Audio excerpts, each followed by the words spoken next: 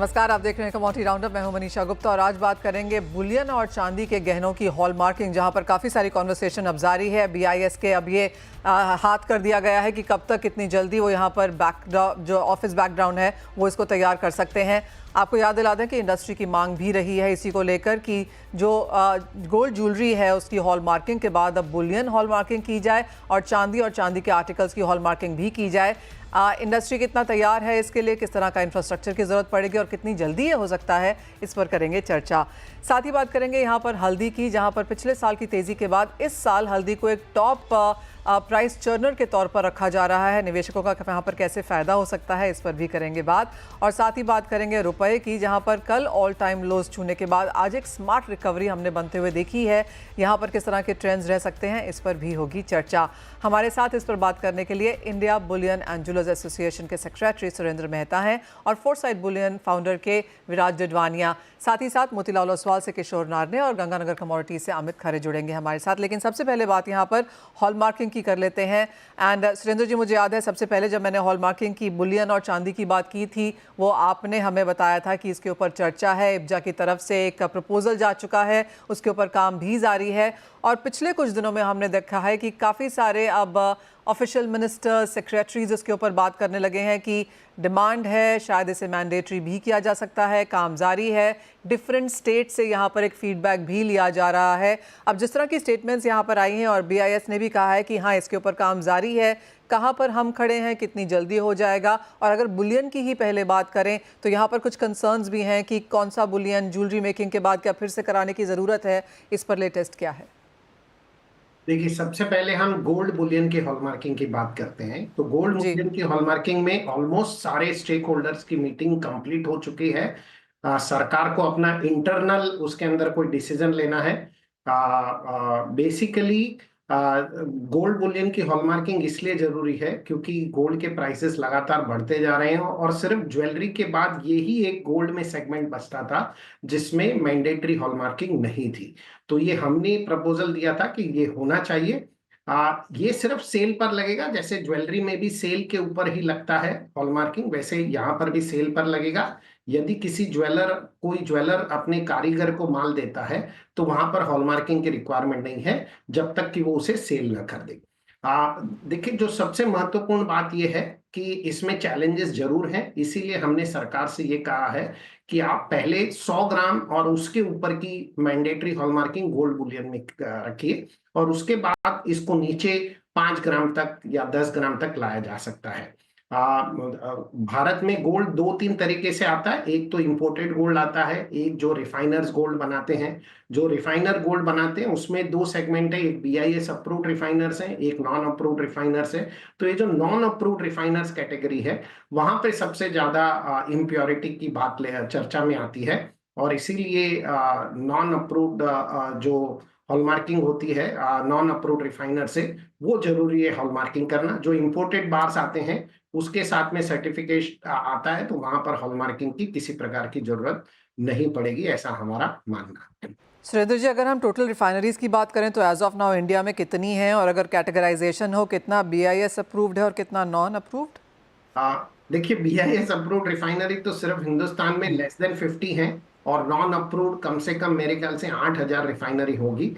तो already BIS ने जब स्टेक होल्डर्स की मीटिंग की थी तो उन्हें कह दिया था कि आपको हम एक मौका दे रहे हैं कि आप अगले 2 या 3 साल में अपने आप को बीआईएस अप्रूव करा लीजिए। उसके लिए उन्हें एक्वा रिजिया प्रोसेस फॉलो करना होता है। इसीलिए हमने कहा कि सबसे पहले आप 100 ग्राम और उसके ऊपर की हॉलमार्किंग कर लीजिए और उसके बाद, ताकि इन लोगों को किसी प्रकार का ये जो 1,000 non approved BIS approved refiner है उन्हें किसी प्रकार का नुकसान ना हो। साथ ही साथ जो कंज्यूमर है उन्हें भी पता चले कि जब वो 100 ग्राम के ऊपर का बुलियन बार लेते हैं तो उन्हें बिल्कुल उसको हॉलमार्क किया हुआ मिलेगा। तो आप कह रहे हैं कि 50 बीआईएस अप्रूव्ड रिफाइनरीज हैं और 8,000 नॉट अप्रूव्ड हैं यहाँ पर।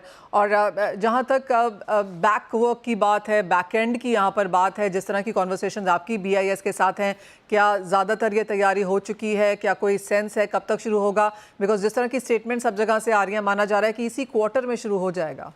मैं मानता हूं कि 1 अप्रैल से इसकी शुरुआत हो जानी चाहिए क्योंकि सारे एसोसिएशन की तरफ से अब इसमें हरी झंडी में दे दी गई है।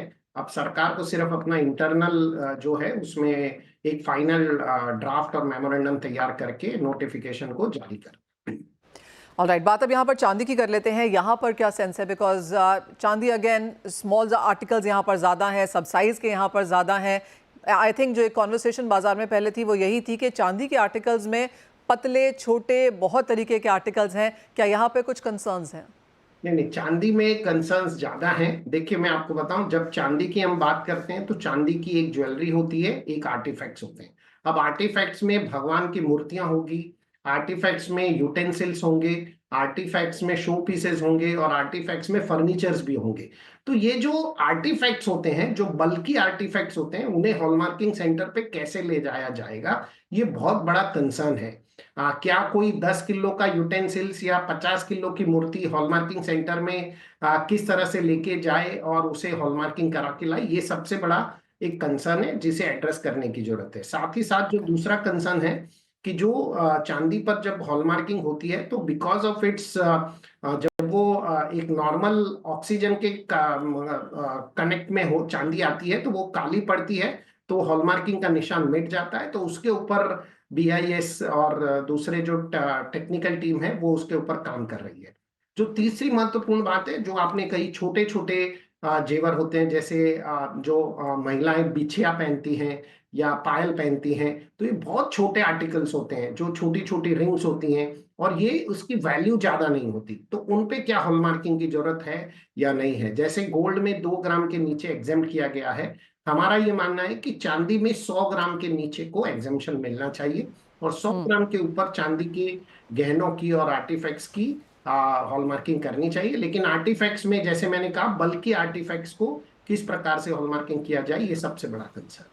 Well absolutely. विराज, जहाँ तक चांदी की बात है, आप चांदी के वन ऑफ मेजर प्लेयर्स हैं यहाँ पर। आप कैसे देखते हैं चांदी हॉलमार्किंग का और इसका impact on business? Manisha ji, thank you for having me back. I think Surendra ji expert है इसमें, जो उन्होंने बोला लार्जली मैं उससे सहमत हूँ। जैसे चांदी का पायल is a very big use of silver in India. चांदी का पायल बाहर से दिखता है कि एक ही पायल है, पर उसमें एक पायल में 50 से ज्यादा पार्ट्स होते हैं जो अलग अलग कॉटेज इंडस्ट्रीज में स्पेशलाइज्ड फैमिलीज बना के फिर उसको जोड़ के एक पायल बनाते हैं। दिया मूर्ति एक एक हो सकता है, दैट्स फेयर, बट सिल्वर में बहुत कॉम्प्लेक्सिटीज है। आई थिंक हम लोग को पूरे इंडस्ट्री को लेके ग्रेजुअली करना पड़ेगा। हावेवर मैं आपको एक एनेक्डोटल स्टोरी बताता हूँ। अब 2-3 साल पहले मैं एक दुकान में गया था, एक चांदी का ग्लास मुझे अच्छा लगा, मैंने बोला कि ये कितना परसेंटेज चांदी का है। तो सेल्स पर्सन ने बोला कि ये तो 100% ही है। तो मैं बोला ठीक है, मैं टंच करा के लाता हूँ और जितने का होगा मैं आपको पैसा दे दूंगा। तो इमीडिएटली वो बोली कि नहीं नहीं, मैं ये हमारा एक्स्ट्रा पीस नहीं है, हम आपको नहीं बेच सकते। तो आई थिंक हॉलमार्किंग जब आएगा तो ट्रस्ट तो जरूर बढ़ेगा, पर उसको हाउ टू इम्प्लीमेंट वो पूरे इंडस्ट्री को साथ में ले जाके ही हम लोग को करना चाहिए। Well absolutely. विराज, क्योंकि नया साल शुरू हो चुका है, पिछले साल अच्छे खासे चांदी के इंपोर्ट्स हुए हैं, इस साल की शुरुआत कैसी है, किस तरह की मांग है? बहुत अच्छा डिमांड है। तो दिसंबर बहुत अच्छा गया। मैं अपने कुछ ज्वेलर कस्टमर से बात किया, वो बोले कि फुटफॉल्स भी अच्छे थे, बिल साइजेस भी अच्छे थे। इनफैक्ट लास्ट ईयर से कुछ लोगों ने बोला much better than last year also. ये एनेक्डोटल बातें हैं, पर ओवरऑल बहुत पॉजिटिविटी है। शादियां की बहुत सारी डेट्स है जनवरी और फरवरी में। दिसंबर बहुत अच्छा गया। और एक इसमें एक इंटरेस्टिंग चीज है, इंडियन कस्टमर ने एक्सेप्ट कर लिया कि 1,25,000 हो सकता है, 1,10,000 हो सकता है। तो जब ये 85 और 90,000 के आसपास चांदी रहता है तो इजीली एक्सेप्ट हो जाता है। मेरा तो बिलीव है 95,000 तक भी इजीली प्राइस एक्सेप्ट होगा और रिटेल कंजम्पशन अच्छा रहे। Fair point. तो well of course Surendra ji as इब्जा हमें बता रहे हैं कि किस तरह के उन्होंने प्रपोजल दिए, क्या चैलेंजेस हैं और कब तक हम एक्सपेक्ट कर सकते हैं कि हॉल मार्किंग बुलियन और चांदी दोनों में आ जाए। विराज हमें बता रहे हैं कि एज एन इंडस्ट्री ये उनके लिए बेहतरीन रहेगा अगर यहाँ पर हॉल मार्किंग आ जाती है। एक ट्रस्ट यहाँ पर मार्केट्स में आता हुआ नजर आएगा। जो एज ए ज्वेलरी आप बता रहे हैं कि आप खुद ही मार्केट में जाते हैं तो कंसर्न्स हैं, तो अगर कस्टमर्स के पास पहले के ग्लास और चमचे और प्लेटें पड़ी हैं तो पता नहीं किस तरह की प्योरिटी है उसमें। मेरे पास भी है, बाहर जाके टेस्ट कराऊं कि नहीं कराऊं सोचती रहती हूँ, जो पड़ा है अच्छा है वाला सीन है। But thank you so much. I am sure जैसे आपने कहा कि एक ट्रस्ट आएगा, ट्रांसपेरेंसी आएगी और काफ़ी सारे कॉर्पोरेट्स यहाँ पर आ रहे हैं। एक बात यहाँ पर शेयर करेंगे अपने व्यूअर्स के साथ कि 2024 में 19 IPOs हमने ज्वेलरी एज अ सेक्टर से यहाँ पर आते हुए देखे हैं, तो वही हमें बताता है कि बाजार यहाँ पर कितना खुलता हुआ नजर आया है और माना जा रहा है कि 2025 में इवन हायर नंबर्स हम इस सेक्टर से आता हुआ देखेंगे। तो क्लियरली ये जो हॉल मार्किंग है, जो भी यहाँ पर स्टेप्स उठाए जा रहे हैं, काफ़ी ऑन द पॉजिटिव साइड हैं। वेल इसी के साथ एक ब्रेक का भी समय है, लौटेंगे तो बात करेंगे कुछ और कमोडिटीज़ की। इसके अमित खरे अब हमारे साथ हैं। अमित, अगर नॉन एग्रो में एक टॉप पिक यहाँ पर आपको लेना हो रेस्ट ऑफ द वीक के लिए तो वो कहाँ से आएगा? नॉन एग्रो में देखा जाए तो अभी क्रूड ऑयल में एक टेम्परेरी टॉप बनता हुआ नजर आ रहा है, तो 6340 के आसपास जो है एक फ्रेश बिकवाली का ट्रेड ट्रेडर्स को करना चाहिए। 6200 रुपये का टारगेट रखें, ऊपर में 6400 रुपये के ऊपर का एक स्टॉप लॉस मेंटेन करें।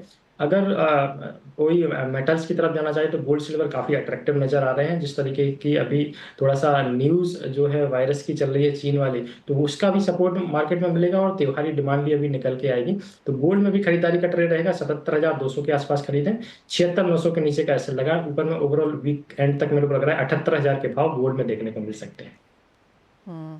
वेल इसी के साथ एक छोटे से ब्रेक का समय है। अमित बने रहेंगे हमारे साथ। जब लौटेंगे तो जानेंगे उनसे कि हल्दी में क्या करना चाहिए, क्योंकि ये कमोडिटी है 2025 के हिसाब से एग्री में एक आउट परफॉर्मर रह सकती है। लेकिन क्या है सेंस, बताएंगे आपको। जानना चाहेंगे क्योंकि एज ऑफ नाउ इसे टॉप पे कहा जा रहा है। आप कैसे देखते हैं फंडामेंटल्स और क्या है प्राइस सेंस? बिल्कुल मनीषा जी, हल्दी जैसा कि लास्ट वीक हमने डिस्कस किया था तब 14,000 के नीचे भाव चल रहे थे और टॉप पिक 2025 की हमने इसको बनाया था। अभी रिसेंट में देखा जाए तो अप्रैल वाला हल्दी जो है 15,400 के आसपास ट्रेड कर रही है। ओवरऑल काफ़ी अट्रैक्टिव चार्ट है। अभी मराठवाड़ा साइड में जो लास्ट टाइम में कुछ बारिशें हुई थी उससे फसल को थोड़ा सा खराबी जो है आ रहा है, 10 से 15% जो है यील्ड में कमी देखने को मिल सकती है।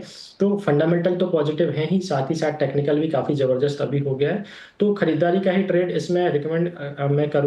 अभी फ्रेश एंट्री के लिए थोड़ा सा वेट करना चाहिए। 15,100 के आसपास अप्रैल वायदा का टीएमसी मिलता है, तो वहां पे ट्रेडर्स को फ्रेश खरीदारी करनी चाहिए। ऊपर में 16,400 के टारगेट रखें और स्टॉप लॉस की अगर मैं बात करूं तो 14,700 रुपये का स्टॉप लॉस मेंटेन करें।